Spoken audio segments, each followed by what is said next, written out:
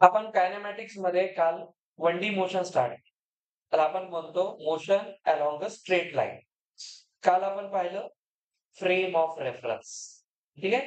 Frame of रेफरन्सचं काय महत्व होतं? Frame of reference is useful to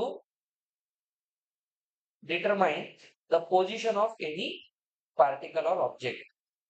त्यासाठी आपण काल फ्रेम ऑफ रेफरन्स मध्ये एक सिस्टीम पाहिली कोऑर्डिनेट ऍक्सेसची आणि तिचं काम असते पोझिशन ऑफ पार्टिकल सांगणं आणि त्याच्यासोबत एक काय अटॅच करतो आपण क्लॉक. क्लॉक कशासाठी असते? टाइम पाहण्यासाठी आणि तो टाइम किती टाइम मध्ये किती गोष्टी कव्हर झाल्या, संपवल्या हेच असते फिजिक्स मध्ये. आता आपण प्रॉपरली स्टार्ट करणार आहोत 1D चा मेन खेळ. जसं काल मी तुम्हाला पोझिशन कशी काढतात हे सांगितलं. हा 3 डायमेन्शनल स्पेस आहे. एक्स, वाय आणि झेड ॲक्सिस. दिसलं? X, Y, Z. तर एखाद्या पॉइंटसाठी जसं मी तुम्हाला काल सांगितलं, या पेनची पोझिशन काढायची, तर तुम्ही कुठल्यातरी कोपऱ्याला ओरिजिन म्हणा. तिथून तुम्ही एक्स मध्ये चाला, वाय मध्ये खालून चाला आणि झेड मध्ये वर या. तर एक्स, वाय, झेड याचा कोऑर्डिनेट आला.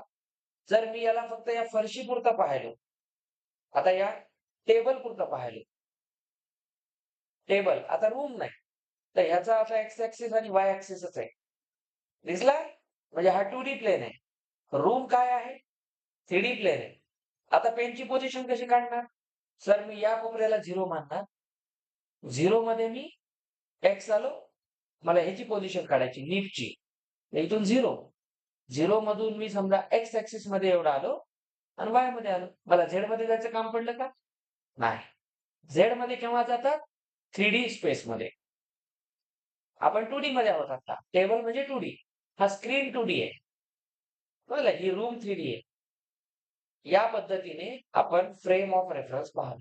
चला, आता फ्रेम ऑफ रेफरन्स वरून आपण बेसिक आता आपलं खास सुरू होणार फिजिक्समध्ये.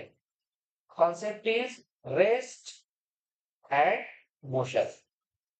तर रेस्ट अँड मोशन आज मी तुम्हाला 4-5 कॉन्सेप्ट शिकवणार आहे. समजून घ्या. तर सगळ्यात आधी आपण डिफाईन करूया रेस्ट. तुम्हाला जर कोणी विचारलं, समजा आता हा साउंड बॉक्स आहे, एम्प्लिफायर आहे. हा एम्प्लिफायर आता रेस्टवर आहे. हे फिजिक्स मध्ये कसं सांगणार? हा रेस्ट मध्ये आहे. तुम्ही पाहून तर म्हणता हा सर ते तर हालच नाही गेले, जागेवरच आहे. तो हालत नाहीये, जागेवर आहे म्हणजे तो रेस्टवर आहे. फिजिक्स मध्ये कसं सांगणार? तर याच्यासाठी आपल्याला काय करावं लागेल? एक फ्रेम ऑफ रेफरन्स पाहावं लागेल. ती फ्रेम ऑफ रेफरन्स काय म्हणे? मी त्याला एका ओरिजिनहून ह्याला पाहिलो. ऑब्झर्व्हर एका ठिकाणी. तो ऑब्झर्व्हर काय करतोय? याला पाहतोय. हा ऑब्झर्व्हर. आपण सगळे ऑब्झर्व्हर आहेत. चला, मला हा रेस्टवर दिसतोय. तुला दिसतोय का रेस्टवर?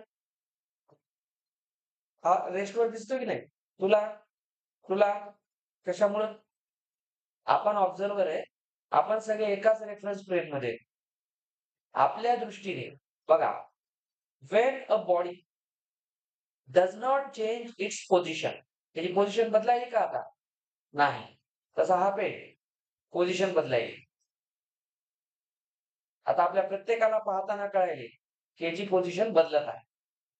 ठीक आहे? त्याच्यामुळे लक्षात ठेवा. इथं पोझिशन बदलत नाही. With respect to time. Time change व्हायलाय. पण याची पोझिशन चेंज होत नाही. कळलं? आपण इथे दिवसभर बसून राहिलो, जन्मभर बसून राहिलो. तर आपण बसलो पण घड्याळ थांबणार आहे का? तर टाईम तर चेंज होत राहणार. म्हणून कधीही कोणत्याही बॉडीचं जे मोशन आहे, ते 2 गोष्टीवर पाहतात. एक त्याची पोझिशन आणि एक टाईम. म्हणून लक्षात घ्या, रेस्टला काय म्हटलेलं आहे? रेस्ट आहे when a body does not change its position with respect to time. तेव्हा आपण म्हणतो बॉडी इज ॲट रेस्ट. हे तुम्ही शिकलेलं आहे 6th स्टँडर्डला सुद्धा. पण तेव्हा याचं मिनिंग कळत नव्हतं एवढं. ठीक आहे? तेव्हा रेफरन्स फ्रेम वगैरे माहित होती? हां. तेव्हा आपण म्हणतो बॉडी इज ॲट रेस्ट. समजलं रेस्ट म्हणजे काय? छान. आता काय आहे? मोशन. याच्या उलटं होईल.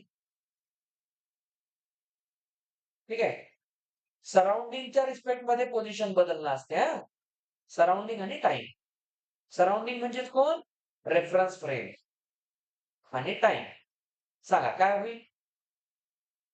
Wien body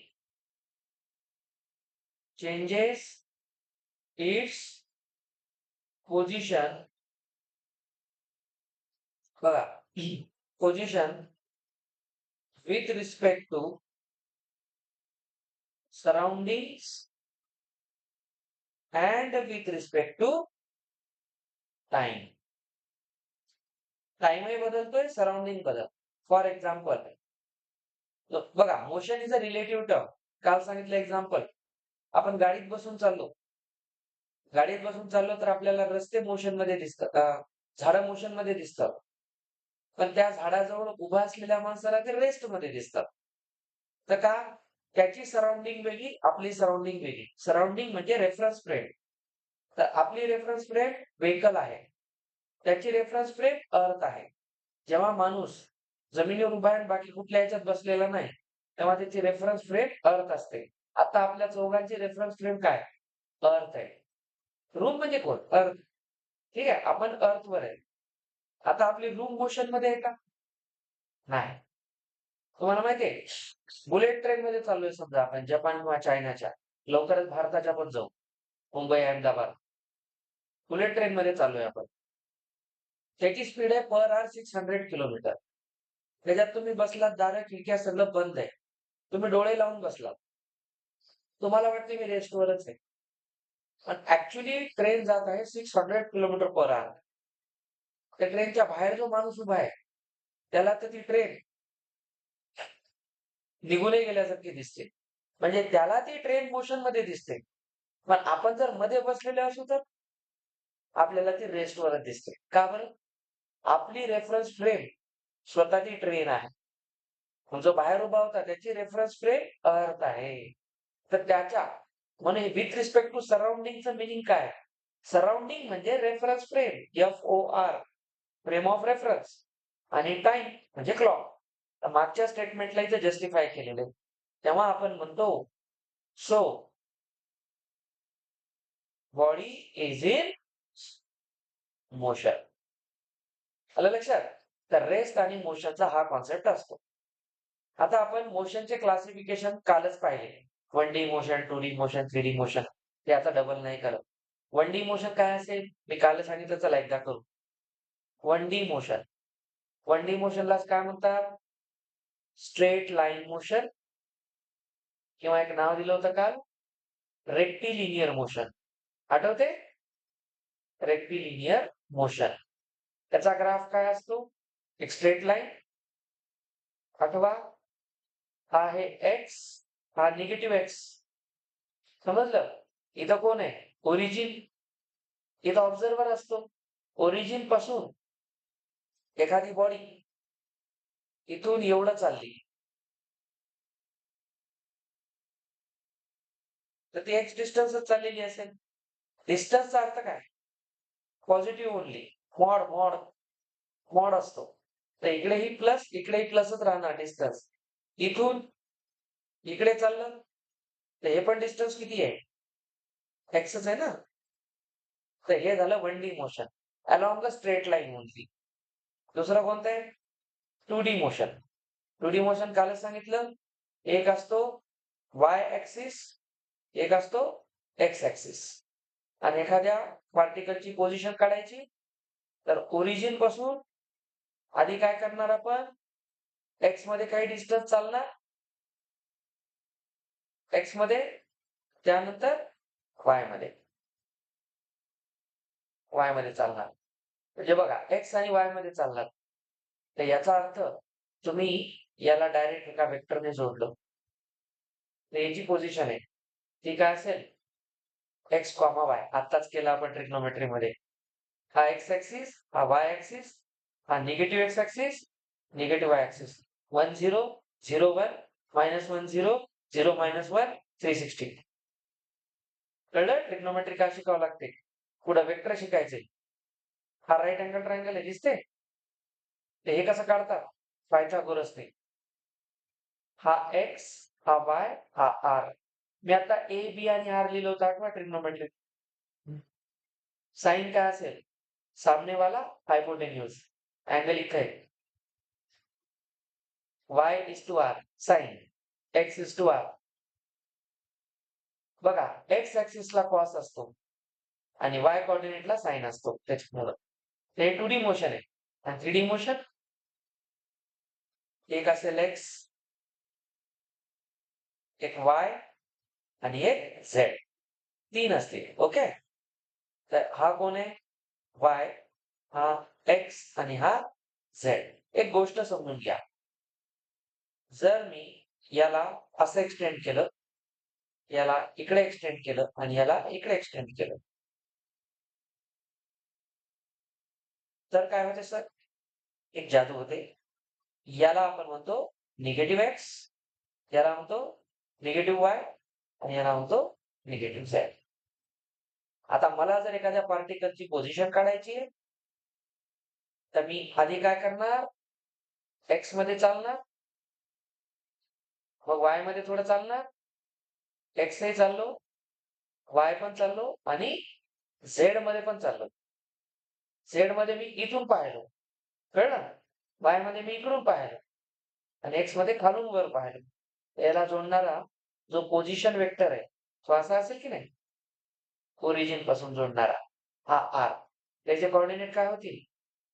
aches comma y comma Z. हे 3D मोशन आहे. 3D मोशन मध्ये तुम्ही बघता, यासाठी तुम्हाला एक खास गोष्ट दाखवतो. चला मजा येईल. इन्सर्ट एकच मिनिट हा.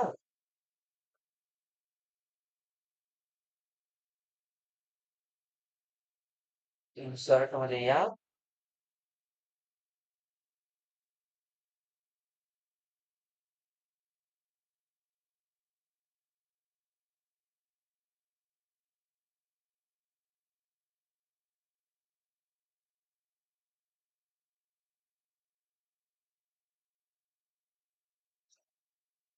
आता पहा ह्याच्यामध्ये तुम्हाला एक्स वाय झेड दिसते का? हे 3D आहे. हा 3D मोशन आहे. मी एक काम करतो, मी याला ओरिजिन मानतो. बघा समजून घ्या. एक एक्स ऍक्सिस दिसतो, ही डायरेक्शन दिसते, ही एक्स ऍक्सिस मानली समजा. बघा बरं, ही कोणती असेल? Y axis. म्हणजे बघा इकडे झेड ऍक्सिस. जर मला एक पार्टिकल या डब्याच्या मध्ये मी एक बॉल ठेवलेला आहे, तर या बॉलची पोझिशन कशी काढणार? सर आम्ही पाहणार ओरिजिन पासून मी आधी एक्स मध्ये जाईल, मग खाली वाय मध्ये आणि मग कुठे जाईल? झेड मध्ये. तर ह्याला या पोझिशन वेक्टरने जर जोडलं, इथून इथपर्यंत जोडलं असं, तर याचा कोऑर्डिनेट काय येईल? X comma y comma Z. तर याला आपण म्हणतो 3D प्लेन किंवा 3D स्पेस. तो स्पेस आहे. त्या स्पेसच्या मध्ये हा पेन आता स्पेस मध्ये आहे आणि आता हा पेन प्लेन वर आहे, 2D प्लेन वर आहे. आता हा 3D स्पेस मध्ये आहे. तर हे झालं तुमचं मोशनचे टाईप. आता एक छोटा कॉन्सेप्ट असतो, ऐका अजून 15 मिनिटं आहे. त्याचं नाव आहे पॉइंट ऑब्जेक्ट. आता ही कॉन्सेप्ट इतकी महत्वाची आहे, पूर्ण फिजिक्स मध्ये पुढे दिसेल तुम्हाला. Just take a point body, point object. नावावरून कळाले एक ऑब्जेक्ट जो एका पॉइंट सारखा आहे. आता पॉइंट ऑब्जेक्टला कसं डिफाईन केलं बघा फिजिक्स मध्ये. If the size of the body or object is very small as compared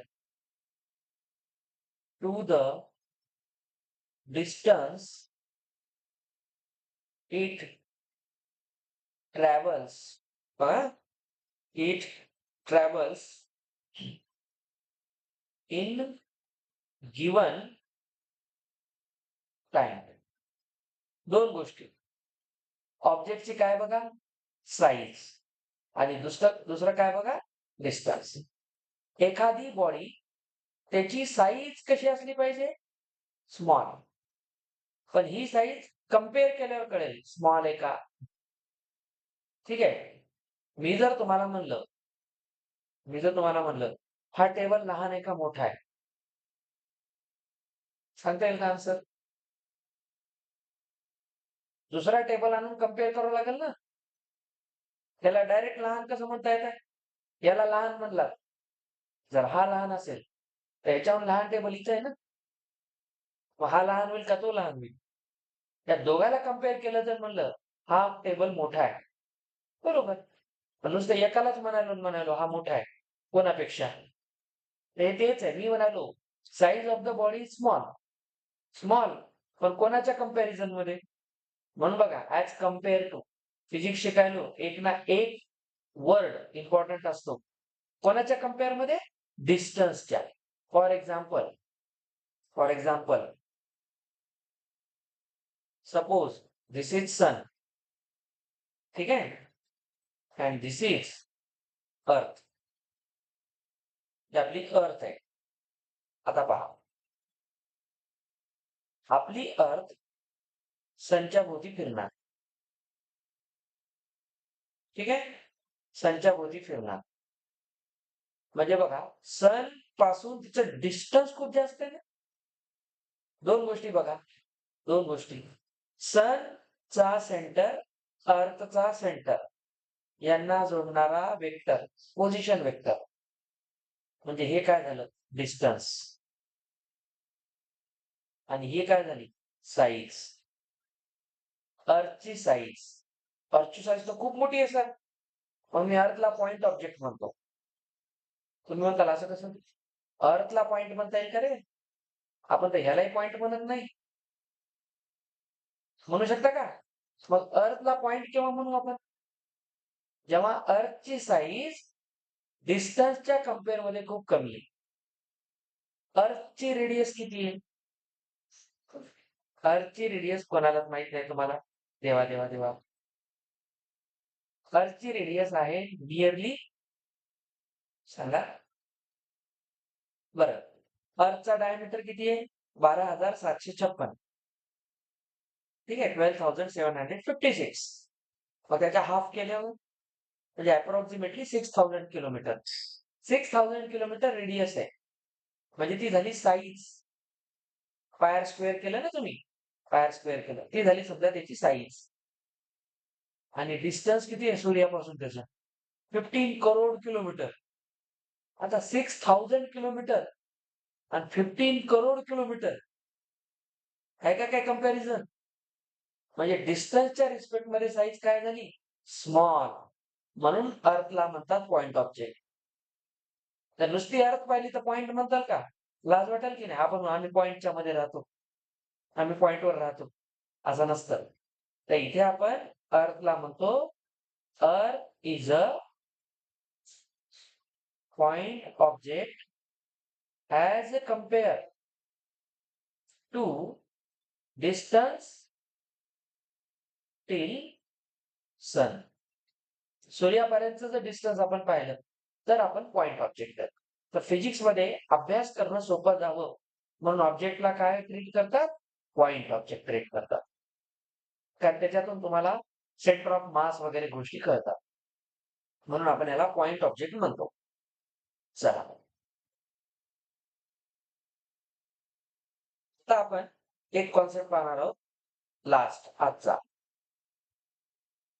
हा, डिस्टन्स अँड डिस्प्लेसमेंट. आता ऑलरेडी आपण नबीला शिकलेलं आहे, ठीक आहे, कायनेमॅटिक्स मध्ये. Distance and displacement. तर डिस्टन्स काय आहे? डिस्टन्स असतं actual path travelled by a body in given time. एका बॉडीने ऍक्च्युअल किती रस्ता पूर्ण केला तो त्याचा डिस्टन्स आहे. फॉर एक्झाम्पल, मी जर तुम्हाला म्हणलं हा एक पॉइंट आहे, हा एक पॉइंट आहे, हे ए नावाचं गाव आहे, हे बी नावाचं गाव आहे. ए कडून बी कडे जायचंय. कसं कसं जाता येईल? सर, ए कडून बी कडे ना आम्ही काय करतो, थोडं फिरत फिरत फिरत फिरत फिरत फिरत फिरत फिरत फिरत फिरत फिरत बीला जातो. काय अडचण आहे? हा पाथ 1 आहे.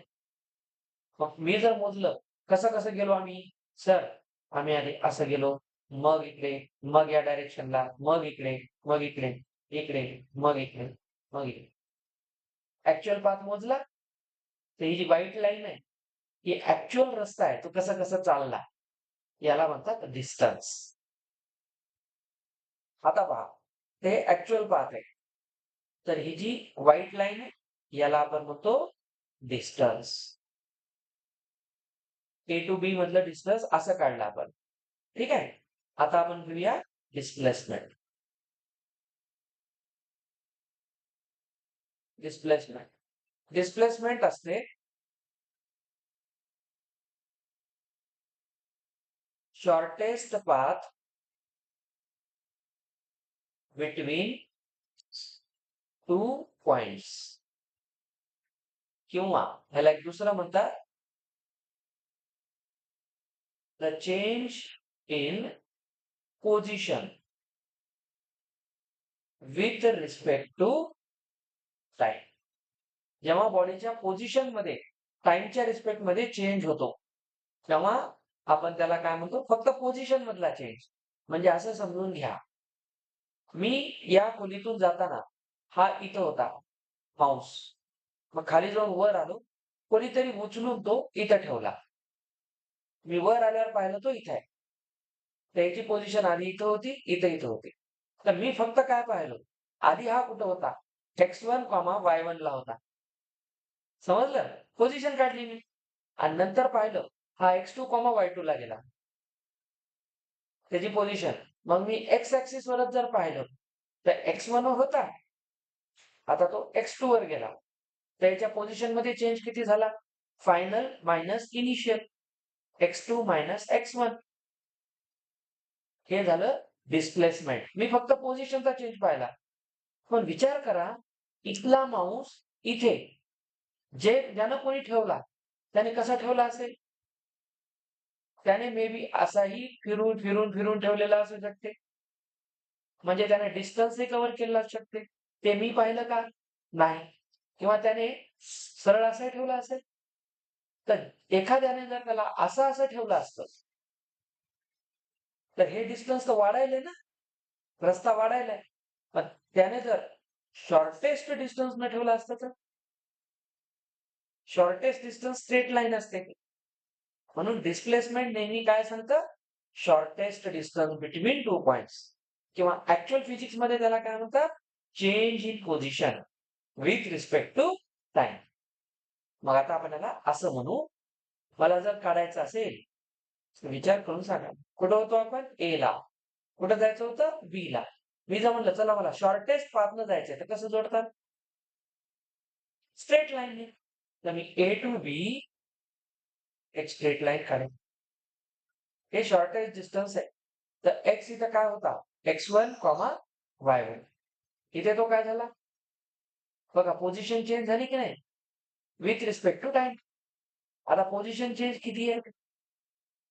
तर चेंज इन पोझिशन, तर डिस्प्लेसमेंट आपण एस लेटरने दाखवतो, कॅपिटल एस. तर चेंज इन पोझिशन, तर डिस्प्लेसमेंटला आपण म्हणूया delta S. Delta means change. याचं काय काम असते? चेंज सांगणं. आणि एस कोण आहे? पोझिशन. समजलं? आणि जेव्हा डिस्प्लेसमेंट आपण विथ रिस्पेक्ट टू टाइम काढतो, तेव्हा त्याला आपण वेलोसिटी म्हणतो. वेलोसिटी काय होती? Speed is equal to distance divided by time. मग वेलोसिटी काय? Displacement divided by time. समजलं? डिस्टन्स आहे ऍक्च्युअल पाथ, आणि डिस्प्लेसमेंट आहे शॉर्टेस्ट पाथ. फक्त दोघांची पोझिशन बघायची, डिफरन्स काढायचा. आपण 1D शिकतोय आता, तर मी फक्त एक्स ऍक्सिस बद्दल बोलणार. ठीक आहे? 5 मिनिटं वेळ आहे. तर बघा, एक महत्वाची गोष्ट, डिस्टन्स. पॉइंट लक्षात ठेवा, distance is a scalar quantity. समजलं? कारण याच्यात आपण डायरेक्शन बघत नाही, कसं गेलं काही नाही, कसं चाललं हे महत्वाचं आहे. Wear as displacement is a vector quantity. कारण इथं तुम्ही पोझिशन बघता, नॉर्थला गेला काही साऊथला गेला. आपण पाहतो इथं होता, आता नॉर्थ कडे जाऊन इथं थांबला. हे काय झालं? स्ट्रेट लाईनचं डिस्प्लेसमेंट झालं. तर नेहमी लक्षात ठेवायचं, डिस्टन्स काय आहे? स्केलर, आणि डिस्प्लेसमेंट काय आहे? वेक्टर. मी तुम्हाला एक एक्झाम्पल दाखवतो. एक ऑब्जेक्ट आहे ए या ठिकाणी, आणि तो ए टू बी आहे गेला. बघा, a scooter is moving along a straight line. एक एक्झाम्पल करू आपण. आता हे जे प्रश्न कसे येतात बघा. आता ह्यात तुम्हाला कॉन्सेप्ट कळण्यासाठी, एक स्कूटर आहे, तो लाईन ए बी कव्हर करतो 360 मीटर इन 24 सेकंड्स. ठीक आहे. तर विचार करा, इथून हे डिस्टन्स किती असणार? 360 मीटर्स.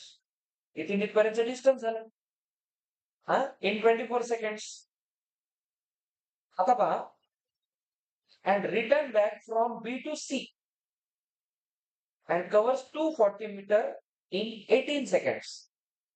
आता 240 म्हणजे इथून बघा, ए कडून बी कडे गेला 360, आणि बी कडून रिटर्न आला, पण कुठपर्यंत आला? सी पर्यंत. सर सी इथं का काढला? कारण हे डिस्टन्स 240 आहे. 360 पेक्षा कमीच राहील की नाही? तर इथं लागलेला नाही 24 सेकंड्स, आणि इथं लागलेला 18 सेकंड्स. तुम्हाला प्रश्न विचारतील, फाइंड डिस्टन्स ट्रॅव्हल्ड. आता मला सांगा, डिस्टन्स ट्रॅव्हल करताना टाइमचा काही संबंध आहे का? आता टाइमचा इथं काही संबंध नाही.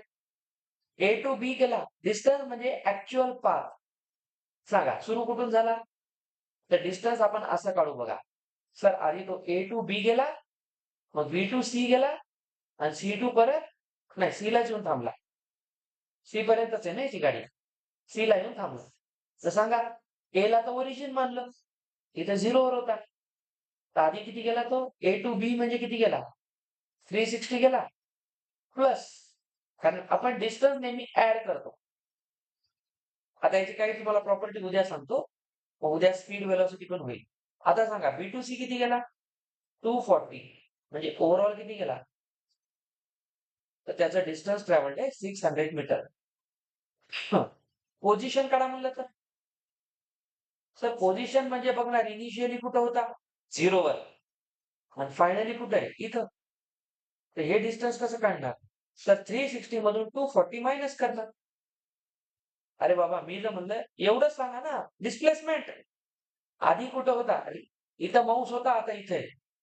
आधी ए वर होता, आता फायनली सी वर आहे. तर बी कडे जाऊन आला हे मला माहितच नाही. मी फक्त पोझिशन बघायला, इनिशियली कुठे आहे, फायनली कुठे आहे. इनिशियली 0वर होता, फायनली सी वर होता. तर हे मला सांगा, मग इथं डिस्प्लेसमेंट किती असेल? सर डिस्प्लेसमेंट मी आधी काय करतो, हे डिस्टन्स काढण्यासाठी, म्हणजे मला एसी काढायचंय, तर मी पूर्ण एबी मधून बीसी ला मायनस करतो. तर 360 टू 240 मायनस केलं तर 120 मीटर हे त्याचं डिस्प्लेसमेंट आहे. डिस्प्लेसमेंट एक फायनल लक्षात ठेवायचं, displacement is always equal to less than distance. Displacement कधीही डिस्टन्स पेक्षा जास्त होत नाही. इक्वल होऊ शकते, जास्त नाही. इक्वल कसं होईल? ए पासून निघाला बी पर्यंत, बी पासून आला सी पर्यंत, सी पासून आला पुन्हा ए पर्यंत. तर जेवढं डिस्टन्स आहे तेवढं डिस्प्लेसमेंट आहे ना, लक्षात घ्या. किंवा स्ट्रेट त्यानं टर्न केलाच नाही, सॉरी रस्ता टर्नच केला नाही, तर जिथे जाऊन थांबला तेवढंच डिस्टन्स आणि तेवढंच डिस्प्लेसमेंट होईल. टर्न केला तर डिस्टन्स वाढेल, पण डिस्प्लेसमेंट कमी होईल, कारण मागे आला म्हणजे मायनस झालं. म्हणून displacement can be equal to less than distance. ठीक आहे. आता याचे दोन भाऊ आहेत, स्पीड आणि व्हेलॉसिटी.